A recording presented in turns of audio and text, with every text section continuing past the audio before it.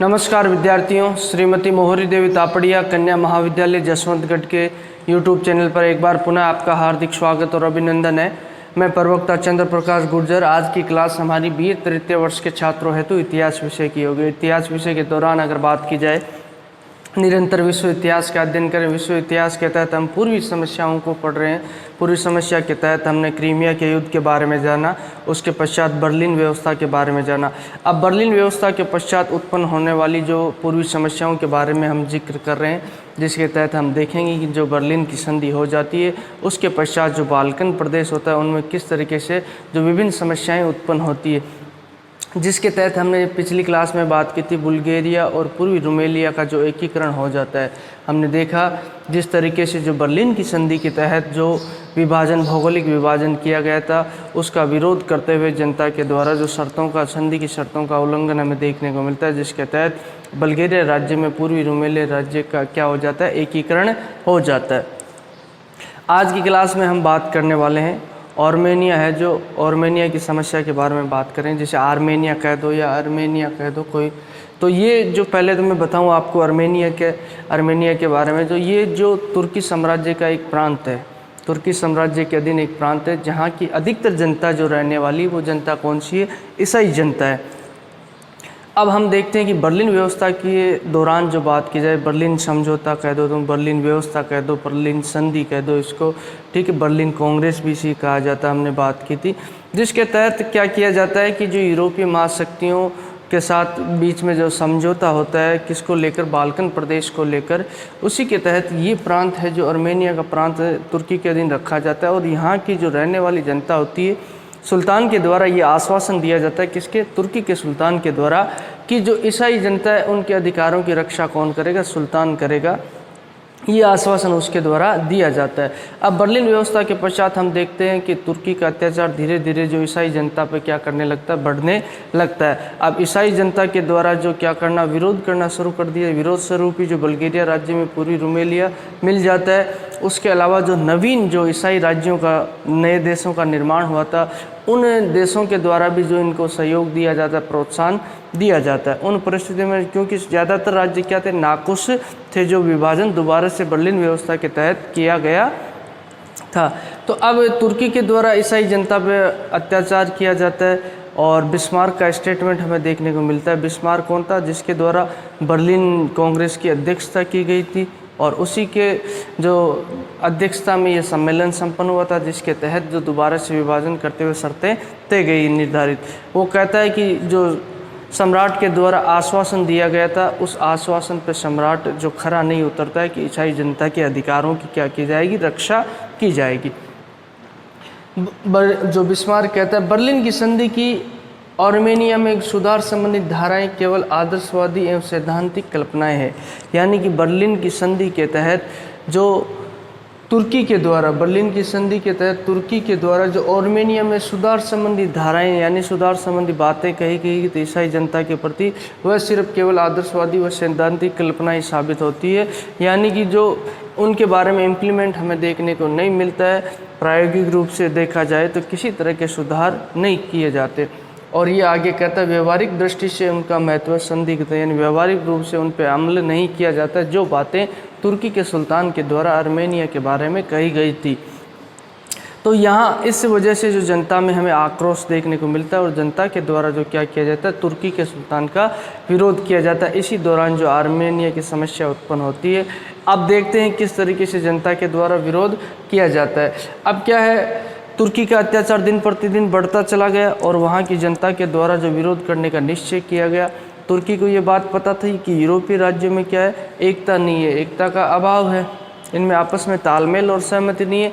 इस वजह से उनको, क्योंकि इसमें फूट है, यूरोपीय राज्यों में चाहे रूस और इंग्लैंड एक साथ नहीं आएंगे, फ्रांस नहीं आएगा, तो इनमें फूट का फ़ायदा उठाते हुए तुर्की के द्वारा अपने अत्याचार को जारी रखा जाता है। अब आर्मेनिया की जनता के द्वारा निश्चय किया जाता है तुर्की का विरोध करने का, जिसके तहत आर्मेनिया जनता के द्वारा जो स्वतंत्रता प्राप्ति के लिए विभिन्न नई कई समितियों का निर्माण किया जाता है, यानी छोटे छोटे दल बनाए जाते हैं, समितियां बनाई जाती है जो किसका विरोध करेगी, तुर्की का विरोध करेगी।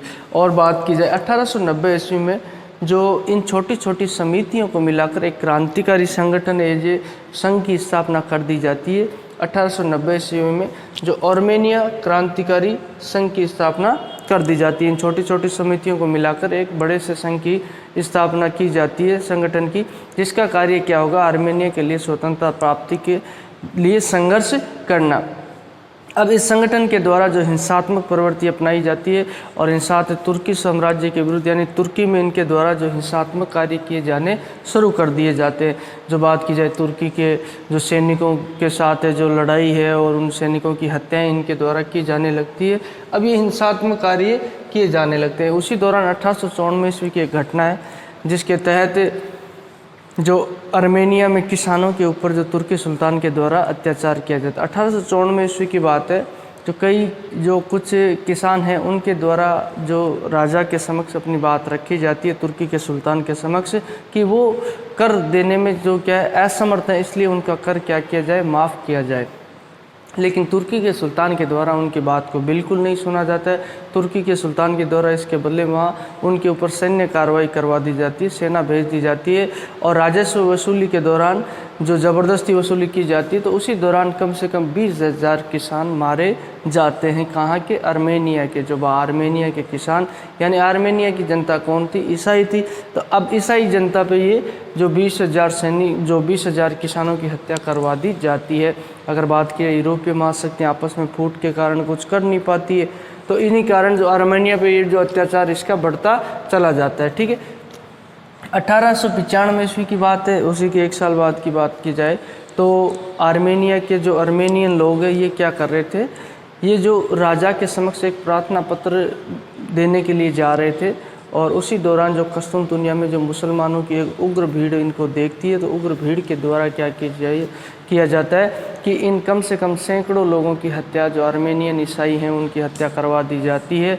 इस तरीके से राजा मूक दृष्टि होकर इसे देखता, सुल्तान इसे मूक दृष्टि होते हुए देख, क्योंकि सुल्तान की भी सहमति इनके साथ थी, इसी वजह से इनके द्वारा ऐसे हत्याकांड किए जा रहे थे। ठीक है, अब इसके बदले में जो आर्मेनिया की जो ये बात की जाए स्वतंत्र क्रांतिकारी जो संगठन है इनका आर्मेनियन, इसके द्वारा भी जो हिंसात्मक प्रवृत्ति का सहारा लेते हुए इनके विरुद्ध हिंसात्मक कार्रवाई की जाती है, जिसके द्वारा कई आर्मेनियन के द्वारा जो ईसाइयों के द्वारा कस्तुनतुनिया में जो बैंक होता है उस बैंक को लूट लिया जाता है। अब जैसे ही ये तुर्की के सुल्तान को पता चलती, तुर्की का सुल्तान आग बबूला हो जाता है और उसके द्वारा जो क्या किया जाता है, जो जितने भी कस्तुनतुनिया में रहने वाले ईसाई आर्मेनियन लोग हैं उनको ढूंढ ढूंढ कर मरवाया जाता है। 2 दिनों तक ये कत्लेआम चलता रहता है और जगह जगह जो बात की जाए आर्मेनियन लोगों की जो कस्तुनतुनिया में ढूंढ ढूंढ कर क्या कर दी जाती है, हत्या कर दी जाती है। और इससे जो बात की जाए 2 दिनों तक कत्लेआम चलता रहता है। अब बात की जाए सुल्तान के द्वारा, तुर्की के सुल्तान के द्वारा जो यूरोपीय शक्तियों महाशक्तियों की परवाह किए बगैर ये कत्लेआम करवाया जाता है, क्योंकि यूरोपीय महाशक्तियों में हमें क्या जो फूट देखने को मिलती है। इस वक्त इंग्लैंड तो चाहता था कि तुर्की के विरुद्ध जो सैन्य कार्रवाई की जाए, लेकिन रूस और फ्रांस के द्वारा उसका साथ नहीं दिया जाता है। इस वक्त इंग्लैंड के द्वारा ये भी बात कही जाती है क्रीमिया युद्ध के दौरान जो तुर्की का जो पक्ष लेकर जो इंग्लैंड ने बहुत बड़ी भूल की थी, उसने कहा कि इस तरीके से ईसाई जनता का जो कत्लेआम किया गया है तो और उसके द्वारा कहा जाता है कि मैंने गलत घोड़े पे दाव लगा दिया था। तो इस बात के यूरोपीय महाशक्तियाँ कुछ कर नहीं पाती। यहाँ पे अगर बात की जाए इंग्लैंड, इसके बारे में जो तुर्की के सुल्तान को भयंकर हत्यारा इंग्लैंड के द्वारा कहा जाता है। इसके अलावा फ्रांस के द्वारा खूनी सुल्तान की उपाधि किसे दे दी जाती है, जो तुर्की के सुल्तान को दे दी जाती है। तो निरंतर जो हम देखते हैं कि जो पूर्वी समस्या के तहत जो यहाँ आर्मेनियन जो ईसाई हैं इनका कत्लेआम करवाया जाता है तुर्की के सुल्तान के द्वारा, और कई आर्मेनियन लोगों को जो बर्लिन व्यवस्था के पश्चात अपने प्राणों की बलि देनी पड़ती है।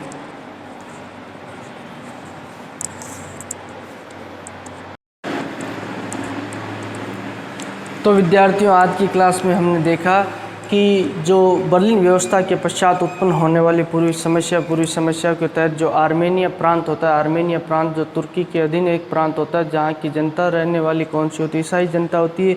उसके ऊपर जो तुर्की का अत्याचार दिन प्रतिदिन बढ़ता चला जाता है। हालांकि तुर्की के द्वारा जो बर्लिन व्यवस्था के तहत जो आश्वासन दिया गया था कि उसके द्वारा जो ईसाइयों के अधिकारों की रक्षा की जाएगी, लेकिन ऐसा तुर्की के द्वारा कुछ नहीं किया जाता है। तो उसी दौरान जो आर्मेनिया के लोगों के द्वारा जो जो इस तुर्की की जो नीति का विरोध किया जाता है, जिसके तहत उनके द्वारा कई स्वतंत्रता प्राप्त करने के लिए समितियां बनाई जाती है और उन्हीं समितियों को मिलाकर एक संगठन, क्रांतिकारी संगठन आर्मेनियन क्रांतिकारी संघ की स्थापना उनके द्वारा की जाती है, जो स्वतंत्रता प्राप्ति के लिए क्या करता है, संघर्ष करता है।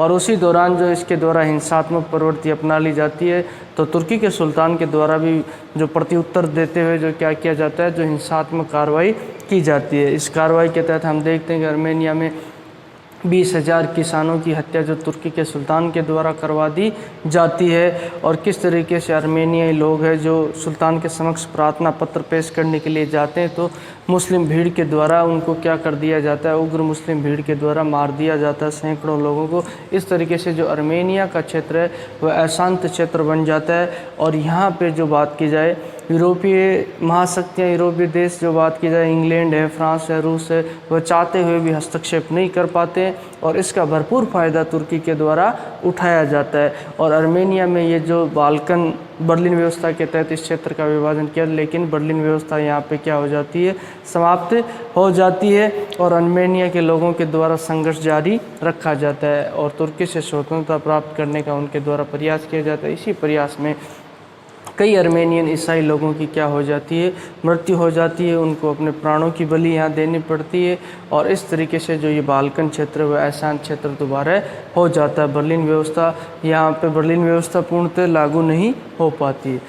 तो बोलिए, यहाँ तक आपको कोई चीज़ समझ में नहीं आई हो, किसी तरह की समस्या हो, शंका हो, तो आप निसंकोच पूछ सकते हो। इसके अलावा जो आपके पास शैक्षणिक व्हाट्सएप ग्रुप प्लेटफॉर्म अवेलेबल है, उसके माध्यम से भी आप अपनी बात मुझ तक पहुँचा सकते हो।